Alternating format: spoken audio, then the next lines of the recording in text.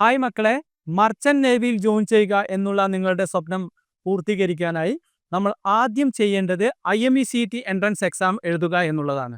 IMECET entrance എക്സാമിന് 2026 notification start ആയിട്ടുണ്ട്. IMECET എക്സാമിന് അപ്ലൈ ചെയ്യുന്നതിനുള്ള ലാസ്റ്റ് ഡേറ്റ് വരുന്നത് ഏപ്രിൽ 24, 2026 ആണ്. IMECETയുടെ പരീക്ഷ വരുന്നത് മെയ് 24, മെയ് 24, 2026 IMECET എക്സാം വരുന്നത്. അപ്പോൾ നിങ്ങളുടെ +2 പരീക്ഷ കഴിഞ്ഞ് നിങ്ങൾക്ക് ധാരാളം ദിവസം ഇതിനായിട്ട് കിട്ടും. അപ്പോൾ ഒന്ന് ശ്രമിച്ചാൽ ഈ വർഷം തന്നെ നിങ്ങൾക്ക് IMECETയിൽ പരീക്ഷ എഴുതി നന്നായി നല്ലൊരു സ്കോറൊക്കെ വരുത്തി നിങ്ങൾക്ക് നല്ലൊരു കോളേജിൽ അഡ്മിഷൻ നേടാൻ കഴിയും. അപ്പോൾ നമുക്ക് പ്രധാനമായിട്ടും ഇനി അറിയേണ്ട ഒരു കാര്യം എന്താണ്, ഈ IMECET എൻട്രൻസ് എക്സാം എഴുതിയിട്ട് ഏതൊക്കെ കോഴ്സിന് ജോയിൻ ചെയ്യാം, അതുപോലെ ഏതൊക്കെ കോളേജുകളാണ് ഉള്ളത് എന്നുള്ളതൊക്കെയാണ് നമുക്ക് അറിയേണ്ടതായിട്ട് വരുന്നത്. അപ്പോൾ IMECET എൻട്രൻസ് പരീക്ഷ എഴുതിയിട്ട് നമുക്ക് IMEന്റെ അണ്ടറിൽ വരുന്ന IMEന്റെ അണ്ടറിൽ വരുന്ന ക്യാമ്പസുകളും അതേമാതിരി പ്രൈവറ്റ് അഫിലിയേറ്റഡ് കോളേജുകളുമാണ് വരുന്നത്. നമുക്ക് അതിൽ പ്രധാനമായിട്ട് വരുന്ന IMEയുടെ കീഴിൽ വരുന്ന കോളേജുകൾ ഏതൊക്കെയാണെന്ന് നോക്കാം. IME has 6 campus across India. Okay, അതിൽ ആദ്യത്തെ സെൻറ്റർ വരുന്ന IME ചെന്നൈ ആണ്. അതേമാതിരി IME Kochi, IME Kolkata, IME Mumbai port, IME Navi Mumbai, IME Visakhapatnam. ഇങ്ങനെ 6 കോളേജുകളാണ് IMEന്റെ അണ്ടർ IME ക്യാമ്പസുകളായിട്ട് വരുന്നത്. അതുപോലെ തന്നെ നമുക്ക് പ്രൈവറ്റ് അഫിലിയേറ്റഡ് ആയിട്ട് 17 കോളേജുകൾ വരുന്നുണ്ട്. അത് ഏതൊക്കെയാണെന്ന് നോക്കാം. 17 കോളേജ്, എല്ലാ കോളേജുകളും ഞാനിവിടെ വായിക്കുന്നില്ല, എങ്കിലും നിങ്ങൾ നോക്കുക. അതേമാതിരി Anglo Eastern maritime academy Mumbai, അതേമാതിരി Coimbatore marine engineering marine college Coimbatore, college of technology Palakkad, doctor Ambedkar institute of technology Andaman and Nicobar island. ഇതുപോലെ 17ഓളം പ്രൈവറ്റ് അഫിലിയേറ്റഡ് കോളേജാണ് IMEന്റെ കീഴിൽ വരുന്നത്. ഓക്കെ, നോക്കാം. അതിൽ നല്ല ടോപ്പ് കോളേജുകളൊക്കെ ഉണ്ട്. അതിൻ്റെ റാങ്കും കാര്യങ്ങളൊക്കെ വരും വീഡിയോസിൽ നമ്മൾ ചെയ്യുന്നതായിരിക്കും. അപ്പോൾ ഇതൊക്കെയാണ് പ്രധാനം. തവാനി, അതേമാതിരി തന്നെ സമുദ്ര, ഒക്കെ നല്ല നല്ല കോളേജുകൾ വരുന്നുണ്ട്. അതിൽ നിങ്ങൾക്ക് ഇതിനെക്കുറിച്ച് നിങ്ങൾ പഠിക്കുന്ന സമയത്ത് നിങ്ങൾ കൂടുതലായിട്ടും ടോപ്പ് റാങ്കും നല്ല പ്ലേസ്മെൻറ്റും കാര്യങ്ങളൊക്കെ വരുന്ന കോളേജുകൾ ഏതാണെന്ന് നിങ്ങൾക്ക് വഴി അറിയും. ഇപ്പോൾ ഏകദേശം 17 കോളേജുകളും 17 പ്രൈവറ്റ് അഫിലിയേറ്റഡ് കോളേജും അതേപോലെ IME ക്യാമ്പസുകളായിട്ട് 6 കോളേജ് ക്യാമ്പസാണ് വരുന്നത്. അതിൽ നമ്മുടെ കൊച്ചിയിൽ വരുന്നുണ്ട്. അപ്പോൾ നോക്കുക, അത്യാവശ്യം നല്ല റാങ്ക് മേടിക്കാൻ കഴിയുകയാണെങ്കിൽ നിങ്ങൾക്ക് ഈ കോളേജുകളിലൊക്കെ അഡ്മിഷൻ നേടാവുന്നതാണ്. അപ്പോൾ ഇതിലെ നമ്മൾ IME എൻട്രൻസ് പരീക്ഷ എഴുതിയിട്ട് നല്ലൊരു റാങ്ക് വന്നാൽ നമുക്ക് ഏതൊക്കെ കോഴ്സാണ് പഠിക്കാൻ പറ്റുക എന്നുള്ളതാണ് നമ്മൾ അടുത്തത് നോക്കാൻ പോകുന്നത്. അതിൽ IMEയിലെ മെയിനായിട്ട് വരുന്ന കുറച്ച് കോഴ്സുകളാണ് ഞാൻ പറയുന്നത്. +2 കഴിഞ്ഞിട്ട് നമുക്ക് ചെയ്യാവുന്ന കോഴ്സുകൾ മാത്രമാണ് നമ്മളിവിടെ പറയുന്നത്. ഒന്ന് BTech മറൈൻ എഞ്ചിനീയറിംഗ്. ആദ്യത്തെ കോഴ്സ് വരുന്നത് 4 വർഷത്തെ കോഴ്സാണ്.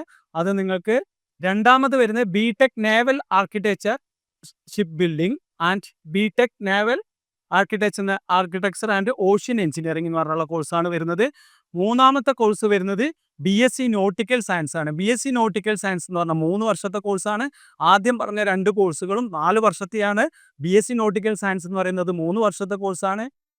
നാലാമത് വരുന്ന കോഴ്സാണ് ഡിപ്ലോമ ഇൻ നോട്ടിക്കൽ സയൻസ്, അതായത് DNS. ഓക്കെ, ഇതാണ് മെയിനായിട്ട് വരുന്ന +2 കഴിഞ്ഞ് നിങ്ങൾക്ക് ജോയിൻ ചെയ്യാൻ പറ്റുന്ന IMEന്റെ അണ്ടറിൽ വരുന്ന കോളേജുകളിൽ ജോയിൻ ചെയ്യാൻ പറ്റുന്ന മെയിനായിട്ട് കോഴ്സ് എന്ന് പറയുന്നത് ഈ 4 ഓക്കെ, ഇനി ഇതിൻ്റെ എലിജിബിലിറ്റി ക്രൈറ്റീരിയ നമുക്ക് നോക്കാം.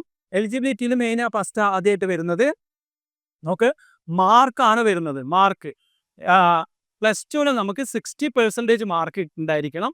ഫിസിക്സ്, കെമിസ്ട്രി, മാത്സിൽ 60% മാർക്കും, പിന്നെ ഇംഗ്ലീഷിലാണെങ്കിൽ 50% മാർക്കും നിർബന്ധമായിട്ട് ഉണ്ടായിരിക്കണം. ഇത്രയും മാർക്കുള്ളവർക്കാണ് IMEന്റെ ഈ IMECET എൻട്രൻസ് എക്സാം പരീക്ഷ എഴുതിയിട്ട് ഈ കോളേജുകളിൽ ജോയിൻ ചെയ്യാൻ പറ്റുക. ഓക്കെ, അതിന് ഇനി എത്ര വയസ്സ് വരെ എഴുതാം എന്ന് ചോദിച്ചാൽ ജനറൽ വിഭാഗത്തിന് 25 വയസ്സ് വരെയും, OBC വിഭാഗത്തിൽപ്പെട്ടവർക്ക് 28 വയസ്സ് വരെയും, SC ST വിഭാഗത്തിൽപ്പെട്ടവർക്ക് 30 വയസ്സ് വരെയും ഈ പരീക്ഷ എഴുതാം. അതുപോലെ ഫീമെയിൽ ആണെങ്കിൽ ജനറൽ വിഭാഗത്തിൽപ്പെട്ടവർക്ക് 27 വയസ്സ് വരെയും, OBCക്കാർക്ക് 30 വയസ്സ് വരെയും, SC STക്കാർക്ക് 32 വയസ്സ് വരെയും നമുക്ക് ഈ പരീക്ഷ എഴുതാനുള്ള ഏജ് ലിമിറ്റ് വെച്ചിരിക്കുന്നത്. ഓക്കെ, ഇനി അതിൽ തന്നെ നമുക്ക് എന്തുണ്ട്, ഏജ് റിലാക്സേഷൻ ഉണ്ട്. ഇനി വരുന്നത് ഇനി റിലാക്സേഷൻ ഇൻ മാർക്ക് ഇതിലിപ്പോൾ നമുക്ക് SC ST ഇതിൽ വരുന്നവർക്ക് 45 ഇപ്പോൾ ഇവിടെ 60 എന്ന് പറഞ്ഞതിൽ 55% ഉണ്ടെങ്കിലും അതായത് 5% മാർക്കിൽ കുറവുണ്ടെങ്കിലും അവർക്ക് അപ്ലൈ ചെയ്യാവുന്നതാണ്. ഇനി നമുക്ക് കുറച്ച് മെഡിക്കൽ റിക്വയർമെൻറ്റ് ഇതിനാവശ്യമാണ്. അതായത് നമ്മൾ ബോഡിയെല്ലാം അത്യാവശ്യം കുഴപ്പമില്ലാത്തൊരു ഫീൽഡിലേക്കാണ് നമ്മൾ പോകുന്നത്. ജോലിയൊക്കെ കുറച്ച് നല്ല ജോലിയാണ്, ഷിപ്പിലൊക്കെ പോകേണ്ട ജോലിയാണ്. അപ്പോൾ നമുക്ക് എന്താ നല്ല കുറച്ച് മെഡിക്കൽ റിക്വയർമെൻറ്റും കൂടിയുണ്ട്. മെഡിക്കൽ റിക്വയർമെൻറ്റിൽ ആദ്യമായിട്ട് വരുന്നത് എന്താ നോക്കൂ. ഇപ്പം ഞാൻ 4 തരത്തിലുള്ള കോഴ്സുകളെ കുറിച്ചാണ് പറഞ്ഞത്. അതിൽ വരുന്ന BSc നോട്ടിക്കൽ സയൻസും ഡിപ്ലോമ ഇൻ നോട്ടിക്കൽ സയൻസ് എന്ന കോഴ്സാണ് നിങ്ങൾ എടുക്കാൻ ഉദ്ദേശിക്കുന്നതെങ്കിൽ നിങ്ങൾക്ക് കണ്ണിന് അത്യാവശ്യം കാഴ്ചശക്തി ഉണ്ടായിരിക്കണം, 6/6 ഉണ്ടായിരിക്കണം, പിന്നെ നോ കളർ ബ്ലൈൻഡ്നെസ് ആയിരിക്കും. ഓക്കെ, ഇനി ഇതിന് നമുക്ക് ഹൈറ്റ് വെയിറ്റ് ഒരു മിനിമം IME പറയുന്ന ഒരു ഹൈറ്റ് ആൻഡ് വെയിറ്റ് നമുക്ക് ഉണ്ടായിരിക്കണം. അതിൽ ഒരു മിനിമം നമ്മളൊരു 40 kg വെയിറ്റ് ഉണ്ടായിരിക്കണം. അതേമാതിരി തന്നെ ഹൈറ്റ് നോക്കുകയാണെങ്കിൽ 150 cm ഹൈറ്റ് ഉണ്ടായിരിക്കണം. ഇതിൽ നമുക്ക് വെയിറ്റിൽ നമുക്കൊരു 3 kg റിലാക്സേഷനും ഫോർ ഫീമെയിൽസിനുണ്ട്. അതേ 5 cm ഹൈറ്റ് ഇപ്പോൾ ഗേൾസൊക്കെ ആണെങ്കിൽ ഹൈറ്റ് ഒരു 5 cm കുറഞ്ഞാലും പ്രശ്നമല്ല. ഓക്കെ, ഇനി ഇതിന് നമുക്ക് എന്ത് വേണമെന്ന് വെച്ച് കഴിഞ്ഞാൽ അടുത്തത് പറയുന്നത് DGS approved medical practitioners medical certificate വേണം. ഓക്കെ, വൺസ് നമ്മളിത് എൻട്രൻസ് എക്സാം ഒക്കെ എഴുതിയിട്ട് നമ്മളതൊന്ന് ക്വാളിഫൈ ചെയ്ത് കഴിഞ്ഞാൽ നമ്മൾ കോളേജിൽ പോകുന്ന സമയത്തായാലും DGC അപ്രൂവ്ഡ് ആയിട്ടുള്ള മെഡിക്കൽ പ്രാക്ടീഷണർമാരുടെ നമുക്ക് മെഡിക്കൽ സർട്ടിഫിക്കറ്റ് വേണം. അപ്പോൾ നമുക്കിപ്പോൾ കേരളത്തിൽ കുറേ ഡോക്ടേഴ്സ് ഉണ്ട്. ഇപ്പോൾ ഓരോ മെയിൻ ഹോസ്പിറ്റലിലൊക്കെ ഉള്ള മെയിൻ കുറച്ച് ഡോക്ടേഴ്സ് ലിസ്റ്റ് ഉണ്ട്. ആ ലിസ്റ്റ് IMEയുടെ സൈറ്റിൽ തന്നെ നമുക്ക് അവൈലബിൾ ആണ്. അതിൽ നോക്കിക്കഴിഞ്ഞാൽ നമുക്ക് ഇപ്പോൾ ഇപ്പോൾ കേരളത്തിൻ്റെ പല ഭാഗത്തുള്ള ഡോക്ടേഴ്സിൻ്റെ ലിസ്റ്റിൻ്റെ പേര് നമുക്കതിൽ കിട്ടും. ആ ഡോക്ടേഴ്സിനെ കണ്ടിട്ട് നമുക്ക് ഒരു മെഡിക്കൽ ഫിറ്റ്നസിൻ്റെ ഒരു സർട്ടിഫിക്കറ്റ് വേണം. എങ്കിൽ മാത്രമേ നമുക്ക് ഇതിൽ പോയിട്ട് ജോയിൻ ചെയ്യാൻ പറ്റുള്ളൂ. ഓക്കെ, അടുത്തത് നമ്മൾ വരുന്നത് IME-CET എൻട്രൻസ് എക്സാമിൻ്റെ ഡീറ്റെയിൽസ് ആണ് ഞാൻ പറയാൻ പോകുന്നത്. IME-CET എൻട്രൻസ് എക്സാമിൻ്റെ എക്സാം എന്ന് പറയുന്നത് ഓൺലൈനിലായിരിക്കും, കമ്പ്യൂട്ടർ ബേസ്ഡ് ടെസ്റ്റ് ആയിരിക്കും എക്സാം ഉണ്ടാകുക. അടുത്തത് question type multiple choice questions ആയിരിക്കും, MCQ ടൈപ്പ് ക്വസ്റ്റ്യൻസ് ആയിരിക്കും. അതായത് ഒരു ചോദ്യം 4 ഉത്തരങ്ങളുണ്ടാവും. കറക്റ്റായിട്ടുള്ള ആൻസർ നിങ്ങൾ മാർക്ക് ചെയ്യണം. അത് കമ്പ്യൂട്ടർ ബേസ്ഡ് ആയിരിക്കും. ഇനി ടോട്ടൽ മാർക്ക് വരുന്നത് ടോട്ടൽ 200 ചോദ്യങ്ങളാണ് ഉണ്ടായിരിക്കുക. അപ്പോൾ ടോട്ടൽ ഒരു ചോദ്യത്തിന് 1 മാർക്ക് എന്ന രീതിയിലാണ് പോകുന്നത്. അപ്പോൾ അതിന് നമുക്ക് ടോട്ടൽ 200 മാർക്സ് ആണ് വരുന്നത്. അതേമാതിരി തന്നെ ഈ എക്സാമിൻ്റെ ടൈം വരുന്നത് 3 മണിക്കൂർ ടൈമാണ് വരുന്നത്. കമ്പ്യൂട്ടർ ബേസ്ഡ് ടെസ്റ്റാണ്, 3 മണിക്കൂറാണ് ടൈം വരുന്നത്. സബ്ജക്റ്റ് വരുന്നത് physics, chemistry, mathematics, English, general aptitude and general knowledge. ഇത്രയുമാണ് നമുക്ക് എന്താണ് ഇതിലെ സിലബസ്, എക്സാമിനുണ്ടാകുന്ന സിലബസ് എന്ന് പറയുന്നത്. അതേമാതിരി തന്നെ നമുക്കിവിടെ 200 മാർക്സ് എന്ന് പറഞ്ഞു, 200 ചോദ്യങ്ങളാണ് ഉണ്ടാകുക. 200 ചോദ്യങ്ങളിൽ ഒരു ചോദ്യത്തിന് ശരി ഉത്തരം ചെയ്ത് കഴിഞ്ഞാൽ നമുക്ക് 1 മാർക്കും, അതേമാതിരി മൈനസ് മാർക്കും ഉണ്ട്. വളരെയധികം ശ്രദ്ധിക്കുക.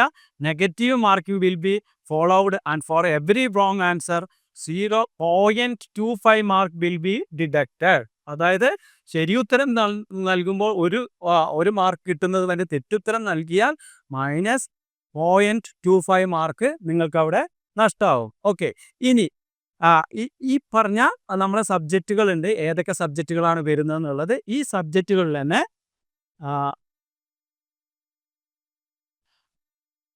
ഇപ്പോൾ ഫിസിക്സും എല്ലാത്തിനും ഒരുപോലെയല്ല ചോദ്യങ്ങൾ ഉണ്ടായിരിക്കുക. ചോദ്യങ്ങൾ ഡിഫറെൻ്റ് ആയിട്ട് ഇത് വരുന്നുണ്ട്. അതിൽ IME-CET subject wise mark breakdowns ആണ് ഞാനിപ്പോൾ പറയാൻ പോകുന്നത്. ഫിസിക്സിൽ നിന്ന് 50 ചോദ്യങ്ങളുണ്ടാവും, 50 മാർക്ക് ഉണ്ടാവും. അതേമാതിരി കെമിസ്ട്രിയിലാണെങ്കിൽ 20 ചോദ്യങ്ങളാണ് ഉണ്ടാകുക, 20 മാർക്ക്. മാത്സും വളരെ ഇമ്പോർട്ടൻ്റ് ആണ്. മാത്സ് ഫിസിക്സ് മാത്രം പഠിച്ചാൽ തന്നെ 100 മാർക്കിനുള്ള ചോദ്യങ്ങൾ അതിൽ നിന്ന് വരുന്നുണ്ട്. മാത്സിൽ നിന്ന് വരുന്നത് 50 ചോദ്യങ്ങളാണ്.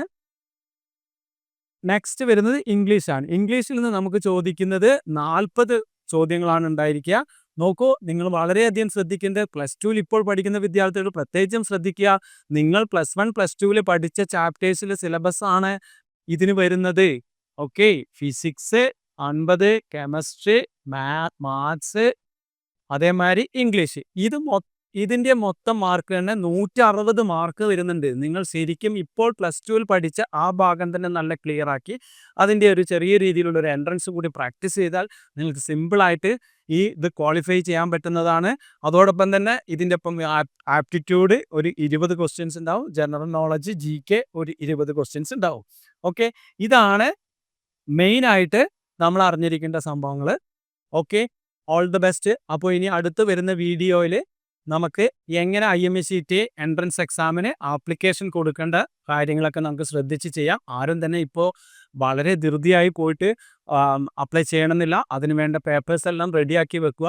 നമ്മൾ അടുത്ത വീഡിയോയിലൂടെ IMSCT അപ്ലൈ ചെയ്യുന്നത് എങ്ങനെയാണെന്നുള്ളത് നിങ്ങൾക്കൊരു വീഡിയോ ചെയ്യുന്നതായിരിക്കും. Okay, thank you childrens, by.